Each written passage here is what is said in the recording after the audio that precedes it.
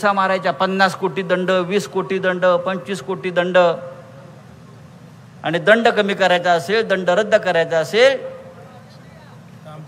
तर आमच्याकडे या. याला काय लोकशाही म्हणतात?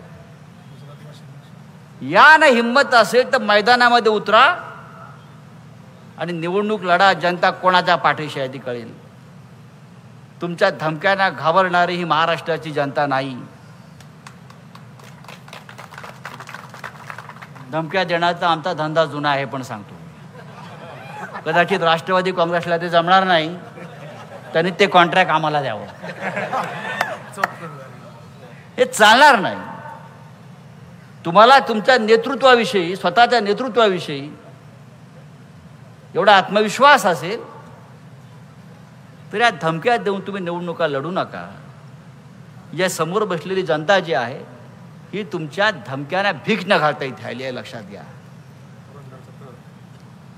पुरंदरचा तह काय? पुरंदरच्या तहानंतरच अफजल खान आणि औरंगजेब गाडला गेला, लक्षात घ्या. नरेंद्र मोदी या देशाचे पंतप्रधान आहेत.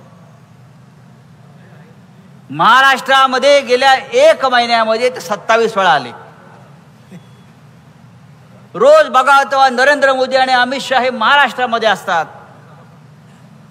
मुंबईमध्ये 8 सभा घेणार आहेत. अख्खा देश तिथे वाऱ्यावर सोडला आणि महाराष्ट्रामध्ये येतात, कारण त्यांना महाराष्ट्राची भीती वाटते. हा महाराष्ट्र दिल्लीचं राज्य उलथवून टाकेल अशा प्रकारची भीती त्यांना वाटत असल्यामुळे नरेंद्र मोदी हे महाराष्ट्रामध्ये सातत्यानं येत आहेत. आपल्याला ही ऐतिहासिक निवडणूक यासाठी म्हणतो आहे, गेल्या 10 वर्षापासून या देशाचा पंतप्रधान रोज खोटं बोलतोय. इतकं खोटं बोलणारा पंतप्रधान या देशानं कधी पाहिला नव्हता. इतकं खोटं बोलतोय. या देशाची परंपरा, या देशाची संस्कृती, या देशाला दिलेली आश्वासनं, या देशाला दिलेली वचनं, या सगळ्याचा विसर त्यांना पडला. फक्त हा महाराष्ट्र गिळायचा, महाराष्ट्राचं नेतृत्व खतम करायचं, मराठी माणसाच्या स्वाभिमानाला धक्का लावायचा, मुंबई लुटायची, शिवसेना, राष्ट्रवादी काँग्रेससारखे महाराष्ट्राचे स्वाभिमानी पक्ष फोडायचे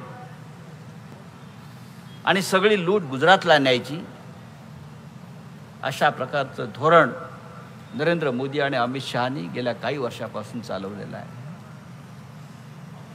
छत्रपती शिवाजी महाराजांचा हा महाराष्ट्र, या महाराष्ट्राला इतिहास आहे. आम्ही जेव्हा विचार करतो की नरेंद्र मोदी असे का वागतात औरंगजेबासारखे, काल त्यांनी कोल्हापूरला भाषण केलं. ते असं म्हणतात की उद्धव ठाकरे ह्यांनी औरंगजेबासारख्या काँग्रेसचा हात पकडलेला आहे. तुम्ही स्वतः औरंगजेब आहात नरेंद्र मोदी. या महाराष्ट्रात छत्रपती शिवाजी महाराजांचा जन्म झाला, लक्षात घ्या. म्हणून महाराष्ट्राला इतिहास आहे. औरंगजेबाचा जन्म गुजरातमध्ये झालेला आहे. हे कोणाला माहीत नसेल तर मी सांगतो. गुजरातमधलं जे मोदीचं गाव आहे, त्या गावाच्या बाजूला दाहोद नावाचं गाव आहे. त्या गावामध्ये औरंगजेबाचा जन्म झाल्यामुळे मोदींच्या अंगात औरंगजेब संचारला आणि म्हणून वारंवार ते महाराष्ट्रावर चाल करून येत आहेत. जसा अफजल खान यायचा, औरंगजेब यायचा. का? तर त्याचं कारण त्या मातीमध्ये आहे, तिथं औरंगजेब जन्माला आलेला आहे आणि म्हणून तो शिवरायांचा महाराष्ट्रावरती अशा प्रकारे चाल करून येतो आहे, खोटं बोलतो आहे. परवा किती भयंकर खोटं बोलला हा माणूस.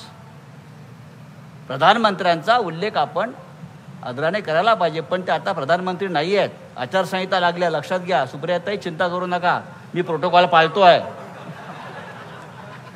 आम्ही असंच बोलतो, जे महाराष्ट्रावर चाल करून येतात तो कोणी असू द्या, त्याचा मान महाराष्ट्र राखणार नाही.